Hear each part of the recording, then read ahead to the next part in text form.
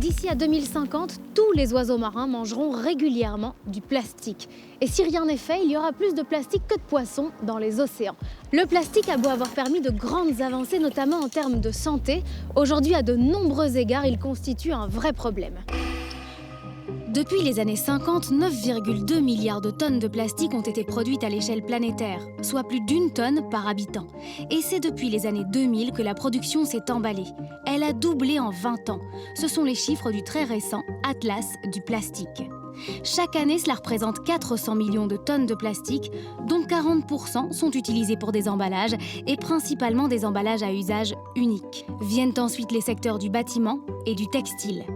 Le recyclage n'est pas la solution miracle qu'on nous présente souvent. Certains plastiques sont simplement impossibles à recycler à cause de leur composition. Et de tous les plastiques jetés depuis 1950, à peine 10% ont été recyclés. Une grande partie est incinérée ou rejetée dans l'environnement. Chaque minute, c'est l'équivalent d'un camion plein qui est déversé dans les mers et océans. Et on en parle moins, mais la contamination des sols est pire encore. Elle peut être 4 à 23 fois plus élevée. Le plastique est partout. On en ingère l'équivalent de 5 grammes par semaine, soit une carte de banque. Les femmes sont particulièrement touchées par la contamination au plastique, notamment à cause des produits d'hygiène comme les tampons et les serviettes. Ces dernières en contiennent jusqu'à 90%. Alors, on change ? Donc Bouli, on est chez toi, ici, en pleine ville et en pleine campagne. Ça pourrait un peu symboliser ce que tu dégages en fait, l'urgence, la tempête de la ville et puis en même temps la sérénité de la campagne. La sérénité et aussi ce que la campagne peut nous apporter de bénéfiques, c'est-à-dire de l'oxygène, des légumes et des fruits. Donc il y a aussi un intérêt à avoir de la campagne chez soi. C'est quoi être un citoyen pour toi ? C'est juste être inscrit dans la société. Et alors tu te définirais plutôt comme un citoyen engagé du coup ? Mais je suis un citoyen engagé, mais je suis un citoyen pas assez engagé. Oui, il faut faire beaucoup plus. Tout est dans l'urgence, tous les paramètres l'indiquent. Je veux dire, on est dans une société au bord de l'effondrement. Aujourd'hui, tout le monde l'a intégré complètement, mais il n'y a pas que le climat, parce qu'on parle beaucoup du climat pour l'instant, parce que c'est un peu le paramètre à la mode, mais il y a plein d'autres problèmes qui sont des problèmes structurels à la société et à la planète aussi. On sent qu'il y a un grand débat aujourd'hui autour de la cohérence et les attaques qui sont faites le plus souvent envers les militants, c'est cette cohérence qui manque entre les comportements individuels et ce qu'il faudrait faire. Mais ça, c'est facile de juger les gens quand ils ont un message en disant « Oui, mais dans votre comportement, vous n'appliquez pas. » Parce que forcément, la société ne nous prépare pas à pouvoir appliquer stricto sensu ce qu'il faudrait faire. Il n'y a pas de solution. Si on n'intègre pas dans nos processus le processus de décroissance, aucun homme politique aujourd'hui n'a les couilles d'amener la décroissance sur le débat parce que forcément, c'est très bien qu'il ne pourra jamais être élu en disant « à partir de demain, je vous promets, vous aurez moins ». Et là, il y a un vrai problème. Et quand on a un statut comme le tien, c'est un devoir, c'est une responsabilité de médiatiser son engagement et ces messages-là ? Après, chacun fait ce qu'il veut. Moi, je m'en fous des autres. Ils font ce qu'ils veulent. Mais moi, j'ai remarqué que d'avoir ce statut un peu public me permettait de porter la parole. Parce qu'il y a tellement de messages diffusés sur les réseaux sociaux que c'est difficile de canaliser. Donc, le fait d'être un peu médiatisé permet de porter la parole un peu plus loin. Donc, pour moi, en tout cas, c'est absolument nécessaire d'allier les deux. Qu'est-ce qu'elle fout ici ? Ministre de l'énergie, elle n'a rien fait pour la transition énergétique. Elle travaille pour les lobbies du nucléaire. Elle ment. Cette année, nous allons être en rupture de fourniture d'électricité. Elle vient se montrer là. Sur le bord de la route, elle va reprendre sa bagnole pour rentrer à la maison. Putain, ça m'énerve. Bouli, tu t'engages sur plusieurs fronts qui sont tous interconnectés finalement, mais ton combat premier, c'est l'antinucléaire, c'est celui qui t'a amené aux autres combats que tu mènes aujourd'hui. C'est celui avec lequel j'ai commencé quand j'étais ado, que je continue aujourd'hui et qui pour moi est le plus important parce qu'on ne peut pas se disperser trop non plus, mais c'est celui qui m'a amené sur tous les fronts. Et le problème aujourd'hui, c'est que comme la pollution à la mode, c'est un peu le réchauffement climatique et le CO2 qui n'est pas le seul gaz à effet de serre, on arrive à te vendre une autre énergie en faisant croire que c'est une énergie propre comme le nucléaire. Or, ce n'est pas une énergie propre puisqu'elle génère des déchets nucléaires. Nous sommes en 2020 et les dirigeants continuent d'agir comme s'il n'y avait pas de demain. On a remis au centre des débats l'urgence climatique. En Belgique, force est de constater que les mesures peinent à arriver. Alors on nous a bloqué la loi climat, alors on décide de bloquer la rue de la loi. Il n'y a plus de climat, il n'y a plus de planète, il n'y a plus de planète, il n'y a plus d'école.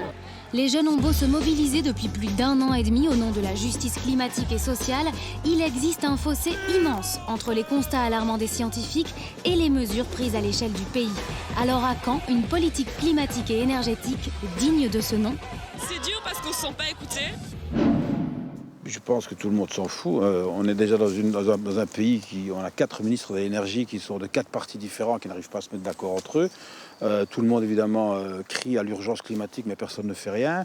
On a l'aéroport de Bierzé va accueillir Alibaba. Le flux aérien généré par Alibaba va équivaloir à ce que toutes les éoliennes en Wallonie fabriquent en énergie renouvelable. Donc c'est comme si on repartait à zéro. Et donc rien ne se fait. Et les jeunes, tout le monde s'en fout, ça c'est sûr.